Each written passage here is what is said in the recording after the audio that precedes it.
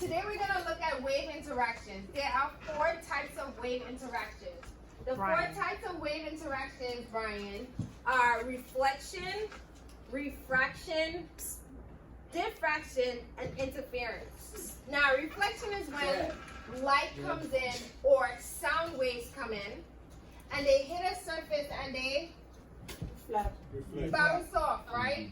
So imagine light, right? If you were to shine a light off of a mirror, it bounces off the mirror and you could like make the light fall somewhere else, right? Like a laser. Or if you were in an underground parking, like a parking deck, have you ever like shouted out, "Hey, where I parked my car?" and you heard the echo? Yeah. So what's happening is that the ceiling is made out of a really hard material, concrete. And it's a really hard surface. So sound is not being absorbed. Like in this room, the walls are pretty soft, the floor is carpeted, so my voice is kind of like muffled, right? But the harder the surface, it's not going to be absorbed. So the sound waves hit the ground and they bounce off. If the ceiling was made out of a harder material, it would bounce off and we would hear our voice echoing in here. DeAndre, Chad, and Keel. Alright? It's okay. It's alright. Don't worry about it. We're trying to get her for you. Don't worry about it. Alright, so it bounces off. Whenever waves hit a hard surface and it reflects and it bounces off that surface, that is called reflection. Alright? The next type of wave interaction is called refraction. Refraction. Y'all can't see this very well. I should do the, how do you do the contrast on the display? Y'all know what I'm talking about? When you make the screen look like you reverse it instead of it looking white, it looks black. Alright, in refraction, it occurs when light bends. Light moves really fast when there's nothing in its way. The more stuff in its way slows it down. Alright, whereas sound moves faster when there is more stuff in the way because sound needs particles to carry the energy. Y'all get what I'm saying? Alright, so if I need to carry this marker from here to the other side of the room, if I'm a sound wave and I'm carrying the energy, Chad, alright, it will be, as a sound wave, I want my particles to be close to each other because then I can give it to Naran, who give it to Eric, who give it to Isaac, who give it to Hamal, so it can get to Lakshmi. I need help from the particles. Whereas light energy doesn't need any help. Light energy moves faster when there's nothing in its way. Y'all get what I'm saying? So sound waves need help to carry the energy. Light waves do not need help. They can carry the energy themselves. Y'all get that, right? Yes. Sound waves need help carrying the energy. Light waves, they don't need it, right?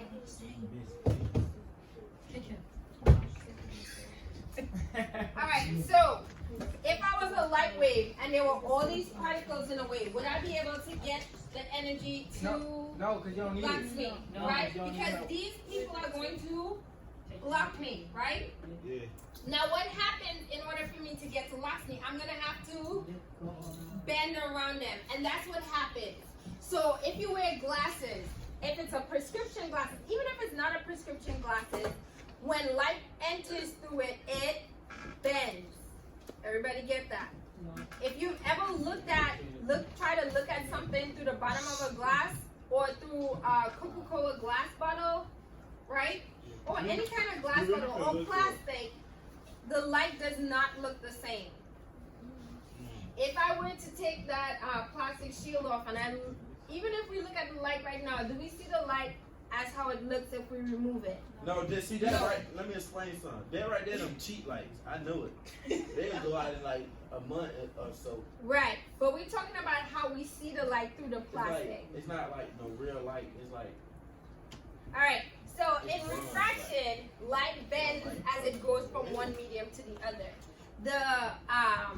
the more thick the medium is, the less the more the light will bend. So in solids, it will bend. Can light go through solids? No. Yes, light can come through glass, and glass is a solid. solid. All right. So, but when it comes through the glass, it refracts or bends. Yeah. When it goes through water, have you ever been underwater and looked up through the water? Does everything look like how it looks through the air? The sun is shining hard. Okay, the sun is shining hard because it's a hard sun. All right, but everything looks distorted, and that's what refraction is. Refraction is how light bends as it goes from one medium into another. And mediums are water, gas, solids, right? Any type of matter is a medium. All right, next we have diffraction. Diffraction is when waves hit an object. What happens to them, right? Some of it, but it tends to want to go around it. So if there's a barrier and we're creating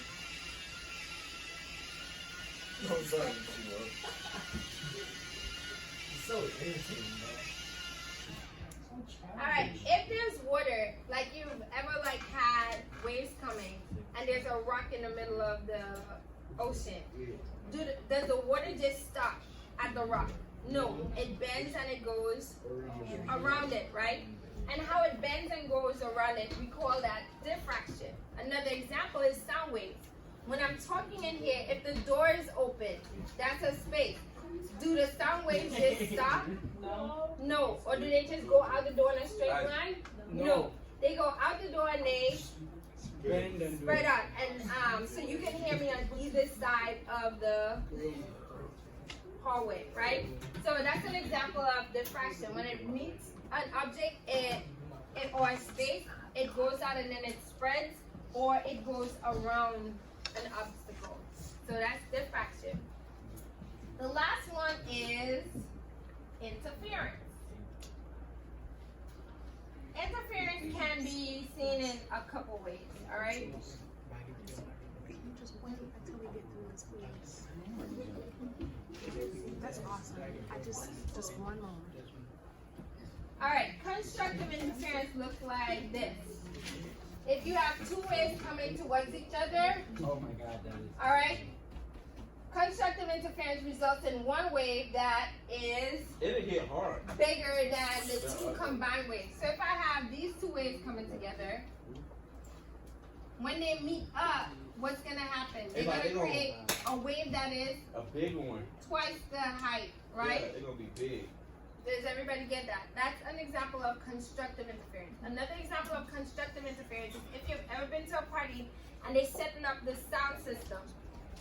If you set the sound system up well enough, you're not gonna get any feedback. You know, like sometimes when you have speakers too close, they give like this weird kind of echoey or staticky kind of vibe. When you have it set up and the angle just right, you get maximum sound, right? Yeah. That's an example of constructive wave. Yeah. An example of destructive interference. All right, this is an example of a destructive wave. All right, so they're going to create. So with a destructive wave, you have two waves coming towards each other. When they meet up in the middle, what's going to happen? They're going to They'll get bigger. Bend. all right, when they meet up, they're going to actually cancel each other out. What do you notice about these two waves that's different from the constructive interference? One is up and one is down. They're on opposite sides. Absolutely. All right, so when they meet up, they're going to cancel each other out.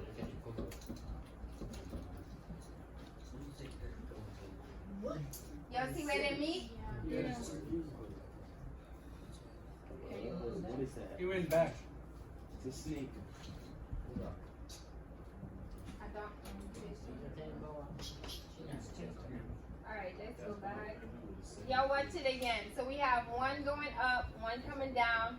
They're gonna meet like right here, and it's gonna flatten out, and then they continue going. Y'all see that? It doesn't change. It's like a rope. We gonna Alright. try that? Destructive. Don't do that. Oh, yes, it does. You gotta be able to think. All right.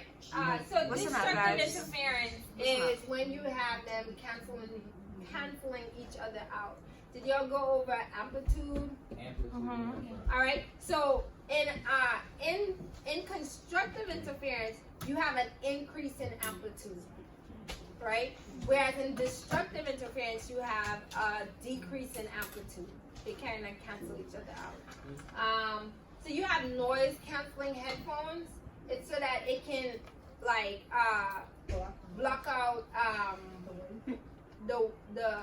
anything that would disrupt your sound waves from getting to you. All right.